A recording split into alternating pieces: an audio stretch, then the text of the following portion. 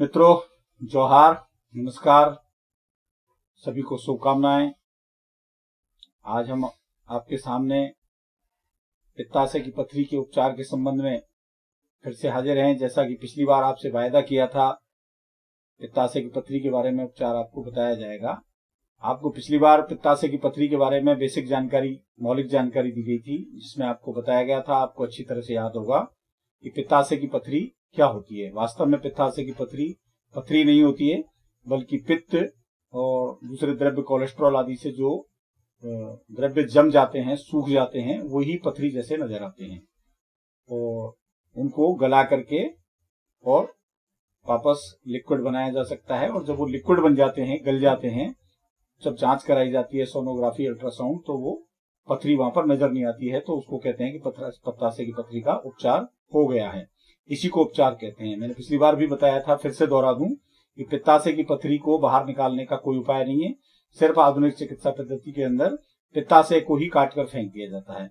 इस संबंध में आपसे पिछली बार जो वायदा किया था, उसके मुताबिक हम आपको कुछ आदिवासी जड़ी बूटी, पेड़ पौधों के बारे में, फल फूलों के बारे में कुछ जानकारी दे रहे हैं। उम्मीद है ये जानकारी आपके बहुत ही ज्यादा काम की होगी। इसमें 4 औषधियों के बारे में मैं आज आपको जानकारी दूंगा, जो बहुत ही महत्वपूर्ण जानकारियां हैं, जिनसे आप घर बैठे पित्ताशय की पथरी का इलाज कर सकते हैं। इसमें सबसे प्रमुख जो है वो है गुड़हल, जिसका फूल आपको मैं दिखा रहा हूं। मैं उम्मीद करता हूं ये आपको समझ में आ रहा होगा। इसके पत्ते भी मैं दिखा रहा हूं। देखिए, ये गुड़हल का एक पौधा होता है जो आमतौर पर गार्डन्स वगैरह में लगा रहता है। ये फूल आप अच्छी तरह से देख लें, अनेक रंगों में उपलब्ध होता है ये, लेकिन ये रंग ज्यादा औषधीय उपचार के लिए उपयोगी है। गुड़हल का फूल, इस फूल को जो है यथासंभव कोशिश करें कि ये ऐसी साफ सुथरी जगह पर हो, सड़क के किनारे ना हो। मीन्स ऑर्गेनिक जिसको बोलते हैं, ज्यादा बेहतर हो। ऑर्गेनिक नहीं भी मिले तो किसी ऐसे गार्डन में लें जहां से वाहन वगैरह कम चलते हो और मील वगैरह का धुआं धक्कड़ इस तरीके की कोई स्थिति नहीं हो। तो ये फूल लें आप, काफी मात्रा में इकट्ठे कर लें गुड़हल के फूल, और इनको छाया में सुखा लें। छाया में सुखाने के बाद पाउडर बना लें। पाउडर बनाने के बाद जो 1 टीस्पून होता है, यानी चाय का चम्मच, उतना सा लेना है। वैसे इसकी मात्रा घट बढ़ सकती है आपकी पथरी के साइज के अनुसार। इसको रात को सोते समय लेना है, खाना खाने के कम से कम 1 से 1.5 घंटे बाद में, गुनगुने पानी के साथ में। इसको फक्की लेना है, जैसे इस तरह ले लिया हूं और इस तरीके से मुंह में फक्की ले ली, ऊपर से आपको गुनगुना पानी पी जाना है। यहाँ ध्यान रखने वाली बात यह है कि गुड़हल का जो फूल होता है, इसका स्वाद बहुत कड़वा होता है। कई लोग नहीं पी सकते हैं, छोटे बच्चों को भी पथरी होती है, उनको पीने में दिक्कत आती है। इसलिए हम सलाह देते हैं कि आप इसमें साथ में शहद मिला सकते हैं, मिश्री मिला सकते हैं, तो आपको तकलीफ ना होगी। इसके अलावा गुड़हल के फूल का सेवन करते समय मैं आपको जानकारी में देना चाहूंगा कि आप पालक, टमाटर, चुकंदर, भिंडी, इनका सेवन हो सके तो बिल्कुल ना करें, या न्यूनतम मात्रा में करें। और पित्ती की पथरी जो है बहुत बड़ी है, यदि मान लीजिए आपकी जैसे 8-10 mm से बड़ी है, तो ये मान के चले कि इस फूल का जब आप सेवन करेंगे तो आपको उस गलने से, टूटने से, पथरी के पिघलने से एक दर्द हो सकता है सीने में। जो दर्द बहुत भारी हो सकता है, भयंकर हो सकता है, आपको ऐसा लग सकता है जैसे कोई हार्ट अटैक का दर्द हो रहा है। तो उसको लेकर के चिंतित ना हो। लेकिन फिर भी मैं आपसे ये कहना चाहूंगा कि आप इसका उपचार लेने से पहले किसी हेल्थ एक्सपर्ट से जरूर राय मशविरा करें, जो आपके बारे में आपको सही राय दे सकें। और ये इसका सेवन आपका स्वैच्छिक निर्णय है। हम केवल यहाँ पर जागरूकता के बारे में जानकारी देने के लिए ही आपको बता रहे हैं, क्योंकि 50% से ज्यादा लोगों को कुछ नहीं होता है, लेकिन कुछ 25-30% लोगों को ऐसा होता है कि उनको दर्द हो सकता है। तो ये ध्यान में रखें। लेकिन ये बहुत अच्छा उपचार है। ये फूल का सेवन आप अवश्य कर सकते हैं। इससे आपकी पथरी जो है गल करके और वापस नलिकाओं में बहने लगेगी, लिक्विड बन करके। एक दूसरी और मैं आपको जानकारी दूंगा गुड़हल की पथरी के, गुड़हल पथरी नाशक है ही, इसके अलावा जो नाशपाती का जूस होता है, नाशपाती का जूस भी बहुत उपयोगी है। नाशपाती के जूस में कुछ इस तरीके के तत्व पाए जाते हैं जो कोलेस्ट्रॉल को जो है नलिकाओं में जमने से रोकते हैं। कोलेस्ट्रॉल और पित्त, ये दो ही जो पदार्थ होते हैं या तत्व होते हैं आमतौर पे, जो पित्ताशय में जमते हैं और जमने के बाद पथरी के जैसे दिखाई देते हैं। तो नाशपाती का जो जूस होता है, इसको भी 1 गिलास गुनगुने पानी में 1 चम्मच 2 चम्मच शहद में मिलाकर के साथ में इसको पीना है।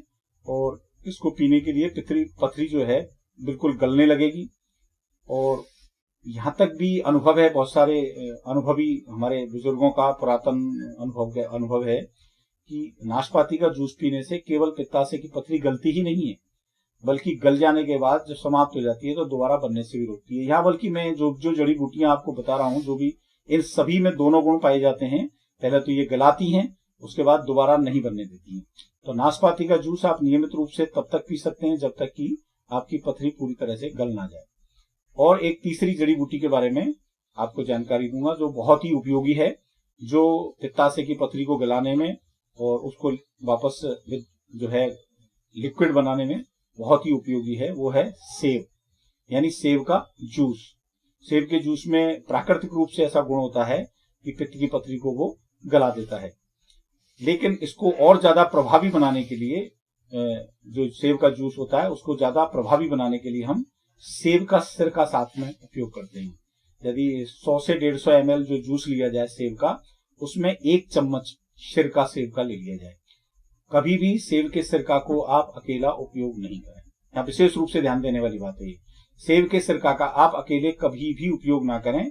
इसको सेब के जूस में मिला करके पिएं, और दोनों का जो मेल होता है इससे ये पथरी को गलाने की इसकी ताकत कई गुनी बढ़ जाती है। पित्ताशय की पथरी बनने के लिए जो जिम्मेदार तत्व होते हैं उनको ये लिक्विड बना देता है, और लिक्विड बना करके और फिर से इसको पित्त में या कोलेस्ट्रॉल में बदल देता है। और जो नलिकाएं होती हैं हमारी, जिनमें होकर के पित्त या कोलेस्ट्रॉल बहता है, उन्हीं में ये फिर से बहने लगता है और ये सूख जाता है। सेब के जूस को दिन में 2 बार आप ले सकते हैं। और यहाँ सबसे बड़ी सावधानी, सबसे महत्वपूर्ण बात सेब के सिरका के बारे में, कि ये बहुत सारे लोगों के द्वारा नकली बेचा जाता है। सिरका के नाम पर न जाने क्या क्या बेचा जाता है। इसलिए मेरा ये कहना है सिरका अच्छा लें। लोकल किसी कंपनी के बारे में मैं नहीं जानता हूं, जिसका मैं नाम नहीं लेना चाहता, लेकिन आपको एक अच्छी कंपनी के बारे में जानकारी दे रहा हूं। ये है अमेरिकन एक कंपनी है, न्यूयॉर्क का बना हुआ है, थोड़ा सा महंगा आता है। ये आपने 1 लीटर में आता है। ये सेब का सिरका है, बहुत ही उपयोगी है, बहुत ही प्रभावी है। एप्पल साइडर के नाम से आपको ये मिलेगा। ये आपको 1-1 चम्मच एक बार में सेवन करना, यानी दिन में आप 2 बार सेवन कर सकते हैं ज्यादा से। तो ये तीसरी औषधि है सेब का जूस और सेब का सिरका, जो आपकी पथरी को गलाने में बहुत ही असरकारी है, बहुत ही प्रभावी है। इसमें मैलिक एसिड होता है, जो पथरी को केवल मात्र गलाता ही नहीं है, बल्कि उसको दोबारा नहीं बनने देता है, जैसा कि मैंने पहले आपको बताया। और एक चौथी औषधि, बहुत महत्वपूर्ण औषधि है, बहुत आसानी से सुलभ है, सरलता से मिल जाती है। ये होता है पुदीना, जो हमारे सभी आसपास के घरों में या बाजार में या दुकान पे बड़ी आसानी से आपको मिल जाता है। पुदीना की चाय, ये भी पित्त वाहिका को जो है उसमें पित्त को बहने के लिए तरल बनाने में बहुत ही ज्यादा उपयोगी है।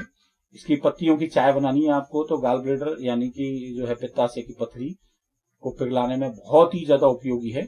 और ये बहुत ही आसान है। 1 गिलास पानी गर्म करें, उसमें कुछ ताजी पत्ती डालें। ताजा आपको नहीं मिलता है तो आप सूखा, जब इसका मौसम होता है सर्दियों में तो या गर्मियों में, तब आप इकट्ठा कर लें। इसको इकट्ठा करने के बाद सुखा लें, और 1 चम्मच सूखा पाउडर भी आप ले सकते हैं। फिर इसका आपको काढ़ा बनाना है।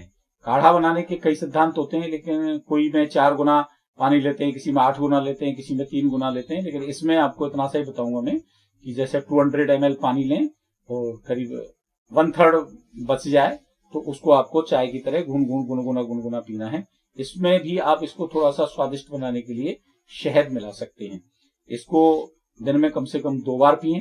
2 बार पीने से ये आपको बहुत असरकारी होगा। तो मैं फिर से आपको दोहरा दूं कि गुड़हल, नाशपाती का जूस, सेब का जूस और पुदीना, और सेब के जूस के साथ में सेब का सिरका, इस तरीके से मूल रूप से 4 औषधियां हैं, 4 जड़ी बूटियां हैं। इनको पुरातन समय से यूज में लिया जा रहा है और बहुत अच्छे परिणाम हैं। लेकिन समय की बारे में कोई भी आपको लिमिट बताया नहीं जा सकता, क्योंकि हर व्यक्ति की पाचन क्रिया अलग होती है, हर व्यक्ति की बॉडी अलग होती है, कैसे रिएक्ट करती है। तो ये आपको खुद को लगातार सेवन करते रहना होगा। इस संबंध में अभी आपको होम्योपैथी की उपचार के बारे में बताया जाना शेष है, जो हम आपको अगले भाग में अवश्य बताएंगे। फिलहाल मेरा आग्रह है, कृपया करके आप इस चैनल को, आपका चैनल है, इसमें देसी जड़ी बूटियों के बारे में, बीमारियों के बारे में, दवाइयों, होम्योपैथिक दवाइयों के बारे में, बायोकेमिक दवाइयों के बारे में ऐसी जानकारी दी जाएगी जिससे आपको जागरूकता मिलेगी, आपकी हेल्थ अच्छी रहेगी। तो कृपया करके इसके शेयर करें, सब्सक्राइब करें, दूसरे लोगों को बताएं। ये आपका अपना चैनल है। आपको बहुत बहुत बधाई और शुभकामनाएं। शुक्रिया। जोहार।